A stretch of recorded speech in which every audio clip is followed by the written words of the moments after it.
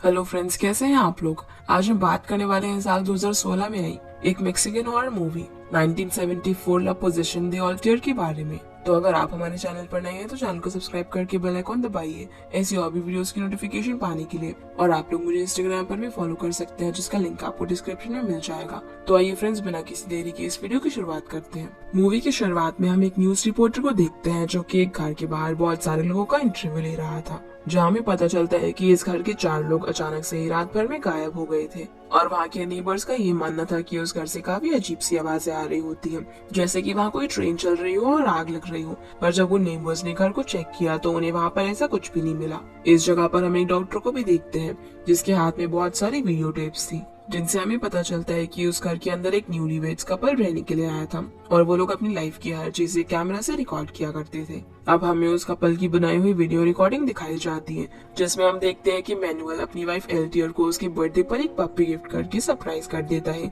जिससे कि एल्टियर बहुत ज्यादा खुश होती है। जिससे हम लोग समझ पाते हैं कि मैनुअल काफी ज्यादा केयरिंग हस्बैंड था और एल्टर का बहुत ही अच्छे से ध्यान रखता था। फिर ये दोनों कार राइड पर जाते हैं और यहाँ ये दोनों मिलकर अपनी पप्पी का नाम कार्लो रखते हैं। एल्टियर अपने बर्थडे को लेकर काफी एक्साइटेड होती है, जहाँ वो अपनी स्कूल के स्टूडेंट्स का दिया हुआ गिफ्ट मैनुअल को दिखाती है और स्टूडेंट्स का दिया हुआ लेटर भी वो मैनुअल को पढ़कर सुनाती है। फिर ये दोनों वापस से घर आ जाते हैं और वहाँ पर उन्हें एक बहुत ही अजीब नजारा दिखाई देता है, क्योंकि उनके घर की छत पर बहुत सारी बर्ड्स एक साथ झुंड में उड़ रही थी। पर मैनुअल और एल्टियर इस बात को सीरियसली नहीं लेते और इग्नोर कर देते हैं। अब क्योंकि एल्टियर का बर्थडे था तो मैनुअल और वो दोनों मिलकर उसकी बर्थडे पार्टी की तैयारी करने में लग जाते हैं।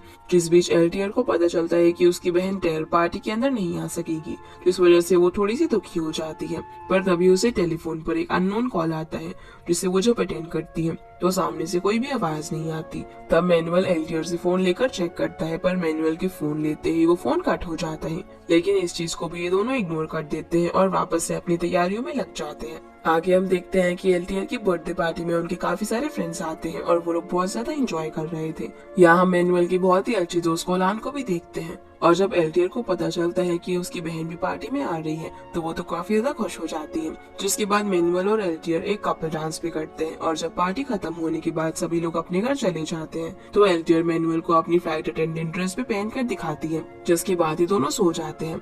अब मैनुअल अपना कैमरा वापस से ऑन करता है, क्योंकि एल्टियर बीच रात में जाग जाती है और उसने एक क्रिएचर को अपने बेड के सामने खड़ा हुआ देखा था। वो यहाँ मैनुअल को समझाने की कोशिश कर रही होती है कि ये उसने कोई सपना नहीं बल्कि उसने उस क्रिएचर को अपने सामने खड़ा हुआ देखा था और उसने उससे बात भी की थी। पर मैनुअल इस बात पर विश्वास नहीं करता और एल्टियर को आराम से सुझाने के लिए कहता है, क्योंकि उसे लग रहा था कि शायद एल्टियर ने एक बुरा सपना देखा होगा। अगले दिन हम देखते हैं कि रात में हुए इंसिडेंट की वजह से एल्टियर काफी अपसेट होती है, तो मैनुअल उसे खुश करने की कोशिश करता है।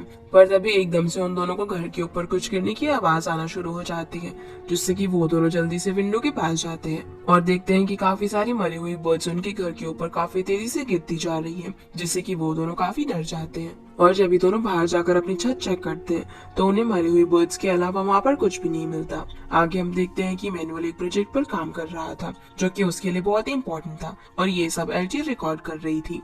पर तभी एल्टियर की नजर वहाँ पड़ी एक पिनोकियो डॉल पर पड़ती है, तो वो मैनुअल से उसके बारे में पूछती है। पर मैनुअल उसे बताता है कि वो इस डॉल को यहाँ पर लेकर नहीं आया है। ये सुनकर एल्टियर थोड़ी सी कंफ्यूज हो जाती है, क्योंकि वो भी उस डॉल को घर के अंदर नहीं लेकर आई थी। इस बीच एल्टियर की नाक से एकदम से खून बहना शुरू हो जाता है और मैनुअल उसे संभालने में लग जाता है। फिर एल्टियर मैनुअल को कार्लो को अपने पास बुलाने के लिए कहती है, जहाँ मैनुअल देखता है कि कार्लो के चेहरे पर पेंट लगा हुआ है। ये देखकर वो जल्दी से लिविंग रूम में अपना प्रोजेक्ट चेक करने के लिए जाता है और वो पेंट इसीलिए कार्लो के चेहरे पर लगा हुआ था, जिससे मैनुअल को कार्लो पर बहुत ही गुस्सा आता है और वो रात में कार्लो को घर से बाहर निकाल देता है। फिर जब रात में ये दोनों सो रहे होते हैं तो मैनुअल को घर के बाहर से कुछ अजीब सी आवाजें आने लगती हैं, जो चीज वो एल्टियर को भी सुनने के लिए बोलता है, लेकिन उसे कुछ भी सुनाई नहीं दे रहा था। थोड़ी देर बाद मैनुअल नोटिस करता है कि एल्टियर नींद में काफी अजीब बिहेव कर रही है और दीवार की तरफ मुंह करके खड़ी थी, जिससे कि मैनुअल उसे होश में लाकर बेड पर सोने के लिए कहता है। अगले दिन मैनुअल को बेड पर काफी सारा खून दिखता है, जिससे कि वो एल्टियर के पास जाता है जो कि बाथरूम में बंद होती है और वो मैनुअल के एक भी सवाल का जवाब ढंग से नहीं दे रही होती। मैनुअल अब कार्लो को ढूंढने के लिए निकल जाता है क्योंकि रात से कार्लो गायब था। इसीलिए मैनुअल उसी घर के पास वाले जंगल में भी ढूंढने के लिए जाता है, पर वो उसे कहीं पर भी नहीं मिलता और उसे वापस घर लौटना पड़ता है, जहाँ उसकी नजर गैराज के बाहर पड़े काफी सारे बॉक्सेस पर जाती है और उन्हें वो घर के अंदर लेकर आ जाता है। अब मैनुअल इस सब के बारे में बात करने के लिए एल्टियर को ढूंढने लगता है, तो एल्टियर उसे बेसमेंट में मिलती है, जहाँ वो बहुत सारी ब्रिक्स को ब्लैक कलर से पेंट कर रही थी और वो मैनुअल को भी उसकी मदद करने के लिए कहती है। जहाँ मैनुअल को पता चलता है कि असल में उन बॉक्सेस में ब्रिक्स हैं और ऐसे और भी बॉक्सेस उनके घर आने वाले थे, पर अजीब बात ये थी कि वो बॉक्सेस एल्टियर ने भी ऑर्डर नहीं किए थे। मैनुअल को लगता है कि शायद एल्टियर उन बॉक्सेस को स्कूल के लिए पेंट कर रही है, पर एल्टियर तो उन ब्रिक्स को अपने बेडरूम की दीवार के पास जमाने लग जाती है, जिससे कि मैनुअल काफी कंफ्यूज हो जाता है और एल्टियर से ऐसा करने की वजह पूछता है। तो वो उसे बताती है कि रात को उसके रूम में बहुत सारे क्रिएचर्स आए थे और वो एंजल्स थे, जिन्होंने एल्टियर को ऐसा करने के लिए कहा। इसीलिए एल्टियर उन ब्रिक्स को ब्लैक पेंट करके बेडरूम में और बेसमेंट में एक दरवाजा बना रही है ताकि वो उन एंजल्स की मदद कर सके। ये सुनकर मैनुअल एल्टियर पर काफी ज्यादा गुस्सा करता है, क्योंकि एल्टियर उसे क्या बोल रही थी ये सब वो खुद भी नहीं जानती थी। इसके बाद हम देखते हैं कि उनके घर का टेलीफोन एक बार फिर से बजता है, पर हर बार की तरह जब मैनुअल कॉल अटेंड करता है तो सामने से उसे कोई भी आवाज नहीं आती, जिससे कि उसे और भी ज्यादा गुस्सा आने लगता है। फिर वो एल्टियर को कार्लो के बारे में बताता है कि उसे कार्लो कहीं पर भी नहीं मिल रहा, लेकिन इस बात पर एल्टियर तो बिल्कुल भी रिएक्ट नहीं करती, जैसे कि वो कभी कार्लो को पसंद ही ना करती हूँ। फिर मैनुअल अकेले ही रात को कार्लो को जंगल में ढूंढने के लिए निकल जाता है, पर वहाँ उसे एक पेड़ के पास बहुत सारी ब्रिक्स बिखरी हुई नजर आती है और एकदम से एल्टियर उसके सामने आ जाती है, जिसे देखकर लग रहा था कि वो अपनी होश में बिल्कुल भी नहीं है। उसके हाथ में वही पिनोकियो वाली डॉल थी, जिसे लेकर वो जंगल की तरफ जाने लगती है। वो मैनुअल की आवाज लगाने पर भी नहीं रुकती और सीधा अंधेरे में गायब हो जाती है। पर जब मैनुअल यहाँ से घर जाता है तो उसे एल्टियर बेडरूम में सोती हुई दिखाई देती है, जिससे वो काफी कंफ्यूज हो जाता है।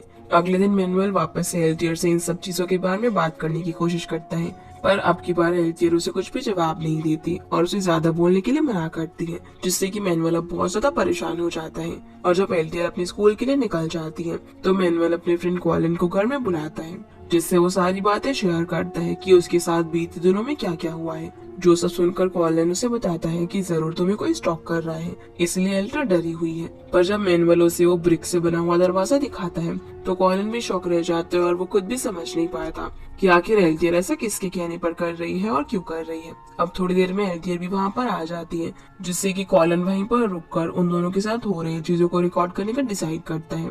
और हम देखते हैं कि रात को वापस से उनका टेलीफोन बजता है। जब कॉलिन उसे अटेंड करता है तो उसे सामने से ट्रेन की चलने की आवाज आने लगती है, जिससे कि वो फोन रख देता है। अगले दिन कॉलिन और मैनुअल एल्टियर की बहन टेरे से मिलने उसके घर जाते हैं, जहाँ वो उसे एल्टियर के बारे में जानने की कोशिश करते हैं, पर उसकी बहन तो उन्हें इस बारे में कुछ भी नहीं बता पाती। फिर मैनुअल एल्टियर को अपने साथ मूवी देखने के लिए चलने को पूछता है, पर एल्टियर उस ब्रिक के दरवाजे के सामने ही बैठी हुई थी और मैनुअल के साथ कहीं भी जाने से मना कर देती है। फिर कॉलिन कैमरा में अपने आप को रिकॉर्ड करके बताता है कि उसने एल्टियर को उस दरवाजे के सामने बैठकर किसी से बातें करते हुए सुना है।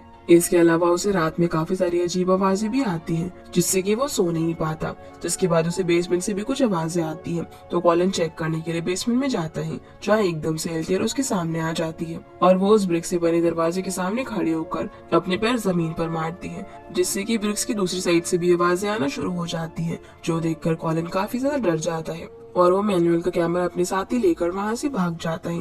पर रास्ते में उसे मैनुअल का डॉग मिल जाता है, जिसे लेकर उसे वापस से मैनुअल के घर जाना पड़ता है। पर उसे देखकर मैनुअल को थोड़ा अजीब लगता है, क्योंकि जब वो कार्लो को लेकर आया था तब कार्लो सिर्फ 2 महीने का था, पर वो कुछ ज्यादा ही बड़ा हो चुका था। अगले दिन कॉलिन और मैनुअल साथ में बैठे हुए थे, जहाँ वापस से टेलीफोन पर एक अननोन कॉल आता है और जब मैनुअल उस कॉल को पिक करता है तो उसमें बहुत सारी अजीब सी आवाजें आने लगती है, जो कि कॉलिन भी सुन पा रहा था। तभी एकदम से टेलीफोन पर कोई जोर से चिल्लाता है, जिससे कि मैनुअल फोन रख देता है, लेकिन टेलीफोन वापस से बजने लगता है और इस बार फोन पर एल्टियर की बहन थी, जो कि मैनुअल को वापस से उसके घर आने के लिए कहती है, क्योंकि उसे मैनुअल से कुछ जरूरी काम था।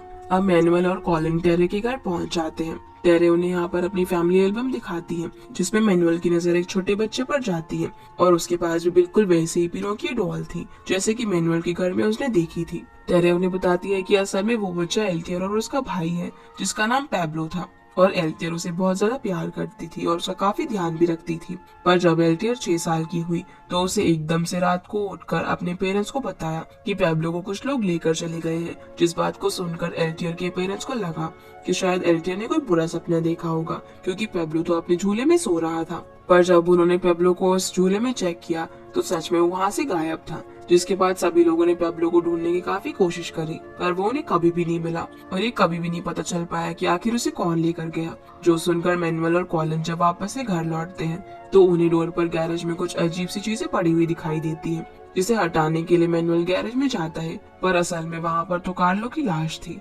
जिसे किसी ने बहुत ही बेरहमी से मार डाला था। और ये सब देखकर मैनुअल और कॉलिन बहुत ज्यादा डर जाते हैं और जल्दी से घर के अंदर एल्टियर को ढूंढने लग जाते हैं। जहाँ हम देख पाते हैं कि घर के अंदर की हालत बहुत ही ज्यादा बिगड़ी हुई थी और एल्टियर एक टेबल पर चाकू लेकर बैठी हुई थी, जहाँ उसने टेबल पर कुछ लिखा भी हुआ था और उसे देखकर ऐसा लग रहा था कि उसे किसी ने पोजेस कर लिया है। ये सब देखकर कॉलिन इतना ज्यादा डर जाता है कि वो उसी वक्त वहाँ से जाने लगता है और मैनुअल को समझाता है कि उन्हें घर में किसी एक्सॉर्सिस्ट को बुलाना चाहिए, वरना उन दोनों की जान को खतरा हो सकता है। पर मैनुअल के काफी रिक्वेस्ट करने पर कॉलिन वहाँ पर रुक जाता है और उसी दिन वो एक डॉक्टर को अपने घर बुलाता है, जिसे हमने मूवी की शुरुआत में देखा था। साथ ही टेरे भी वहाँ पर पहुँच जाती है, जिसके बाद वो डॉक्टर एल्टियर का एक एक्सॉर्सिज्म करने लगता है, जहाँ हम जान पाते हैं कि एल्टियर के पेरेंट्स भी उसे बचपन में इसी डॉक्टर के पास लेकर गए थे जब पैब्लो गायब हुआ था। जिसके बाद हम देखते हैं कि डॉक्टर टेरे को एल्टियर के पास जाकर उसके हाथ टेबल पर रखने के लिए कहता है। अब जब वो ऐसा करती है तो डॉक्टर उन्हें यहाँ पर ये बताकर चला जाता है कि अब वो आगे का ट्रीटमेंट करने के लिए कल आएगा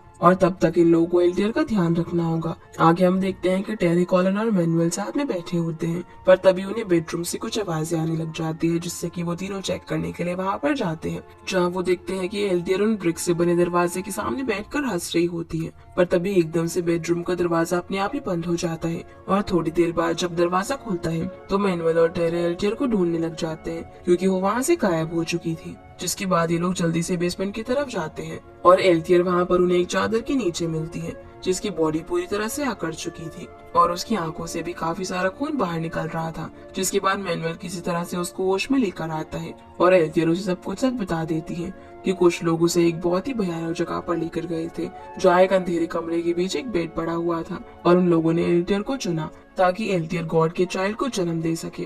अगले दिन एल्टियर की तबीयत काफी ज्यादा बिगड़ जाती है।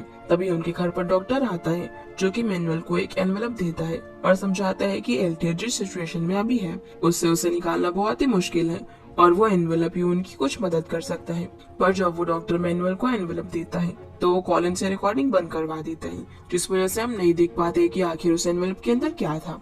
अब रिकॉर्डिंग वापस से शुरू हो जाती है और हम देखते हैं कि मैनुअल उस एनवेलप को खोलता है, जिसमें उसे एक कैसेट मिलती है और ये कैसेट डॉक्टर ने तब रिकॉर्ड की थी जब वो बचपन में एल्टियर का ट्रीटमेंट कर रहा था, जिसे जब मैनुअल सुनता है तो उसमें एल्टियर डॉक्टर को बताता है कि जो एंजल्स उसके भाई पैब्लो को लेकर गए थे वो वापस जरूर आएंगे, क्योंकि वो उन 4 लोगों के साथ खेलना चाहते हैं। पर वो 4 लोग कौन थे मैनुअल नहीं जान पाता, क्योंकि उसी वक्त वो कैसेट रुक जाती है। जिसके बाद हम देखते हैं कि मैनुअल एल्टियर को लेकर बाकी सभी लोगों के साथ उस घर से जाने लगता है और कॉलिन भी कैमरा को वहीं पर छोड़कर घर से निकल जाता है। पर तभी घर की लाइट्स फ्लिकर होने लगती है और अपने आप ही फूट जाती है और बाहर हमें कुछ चमकती हुई चीज दिखाई देती है, जिससे कि डर कर मैनुअल और बाकी सभी लोग वापस से घर के अंदर आ जाते हैं। पर वहाँ भी एल्टियर, टेरी और मैनुअल अचानक से गायब हो जाते हैं और उनकी आवाज सुनकर ऐसा लग रहा था जैसे कि कोई उन्हें जबरदस्ती अपने साथ लेकर जा रहा हो। इन सब चीजों को देखकर कॉलिन उन लोगों की मदद भी नहीं कर पाता, क्योंकि वो बेसमेंट में लॉक हो चुका था। जिसके थोड़ी देर बाद वो दरवाजा अपने आप ही खुल जाता है और कॉलिन बाकी सब लोगों को ढूंढते हुए जंगल की तरफ जाता है, जहाँ उसे सिर्फ एल्टियर मिलती है, जो कि अभी भी होश में नहीं थी और वो खुद को एक चाकू से स्टैब कर लेती है, जो देखकर कॉलिन काफी ज्यादा घबरा जाता है। तभी एकदम से वहाँ पर 2 अजीब से दिखने वाले क्रिएचर आकर एल्टियर को पकड़ कर ले जाते हैं। फिर कॉलिन मैनुअल को ढूंढने की कोशिश करता है। तभी वहाँ से बहुत ही चमकती हुई चीज आसमान से उड़ती हुई नजर आती है, जो कि मैनुअल, टेरी और एल्टियर को अपने साथ खींच रही होती है। ये देखकर कॉलिन वहाँ से भागने की कोशिश करता है, पर वो चमकती हुई चीज उसे भी खींच लेती है और उसका कैमरा नीचे गिर जाता है, जिसके साथ रिकॉर्डिंग बंद हो जाती है और ये मूवी भी यहीं पर खत्म हो जाती है। तो गाइस, ये थी इस फिल्म की कहानी। अब बात करते हैं इस मूवी के एंडिंग के बारे में। गाइस, वैसे ये फिल्म एक रियल इंसिडेंट पर बेस्ड है, जिसमें एक घर से 4 लोग 1974 में रियल में गायब हो गए थे, लेकिन उनके साथ क्या हुआ इसके बारे में किसी को भी कुछ भी आज तक पता नहीं चल पाया।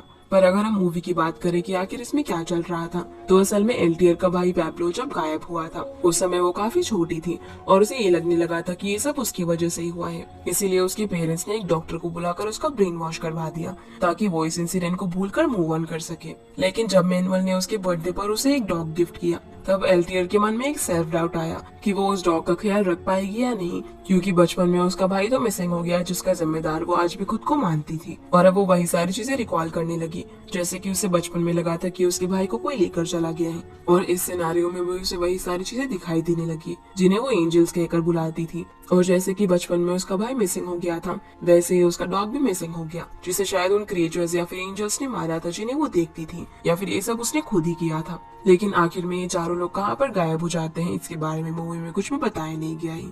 तो गाइस, ये थी आज की वीडियो एंड आई होप आप लोगों को ये वीडियो पसंद आई होगी। तो इस वीडियो को लाइक कर चैनल को सब्सक्राइब जरूर कीजिएगा। आपसे फिर मिलते हैं अगले इंटरेस्टिंग वीडियो में, तब तक के लिए गुड बाय।